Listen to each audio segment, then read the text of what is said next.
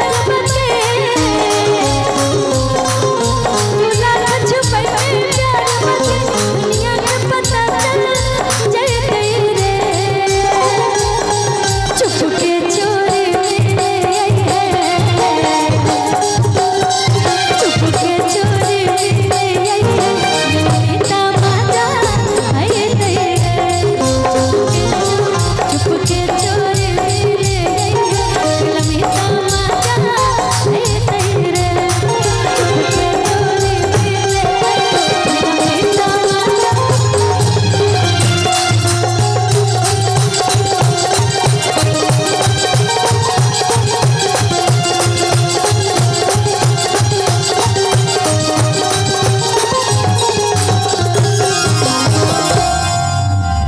जियो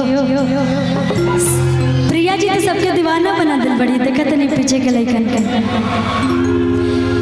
एगो गाना के फरमाइश है, लेकिन अभी लीची का सीजन खत्म हो गया है, लेकिन फिर भी आप सबके फरमाइश में मैं बोल देती